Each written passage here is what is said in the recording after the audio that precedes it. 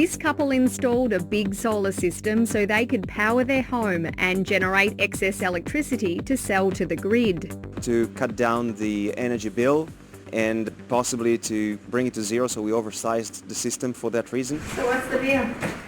This strategy worked at first, but then their provider, Energy Australia, began slashing the amount that it pays them for their excess power.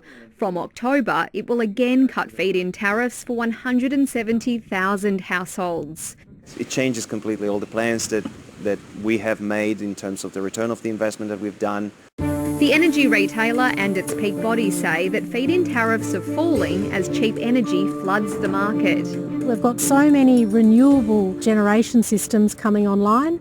That means electricity is getting cheaper in the wholesale market. Therefore, the value of the electricity that a solar PV household puts back into the grid is also decreasing in value. We have produced 15 megawatts. The Brignolos wonder why the cost of energy they're buying back from the grid isn't dropping significantly too. It's $80 less in credit, which is a shocker. There's no negotiation. It's just a one-way conversation. The industry says the cuts are passed on, but retail prices include many other overheads, including the cost of networks, poles and wires.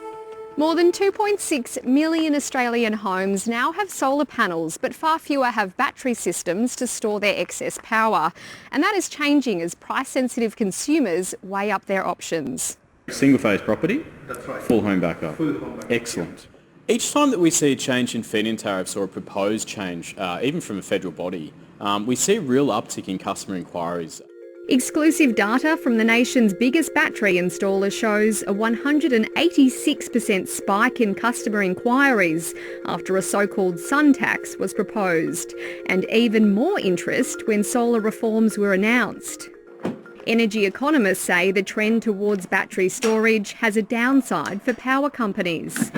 They are scoring an own goal. What we're seeing in the market reaction is customers are wanting to grow more of their own vegetables.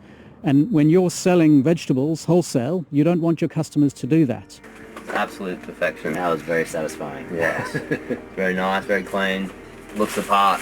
Zander Pain is another Energy Australia customer who's facing cuts to his feed-in tariff. I'd been thinking about the battery for a while, and that was just the trigger. At $13,000 without subsidies, batteries still won't financially stack up for most households.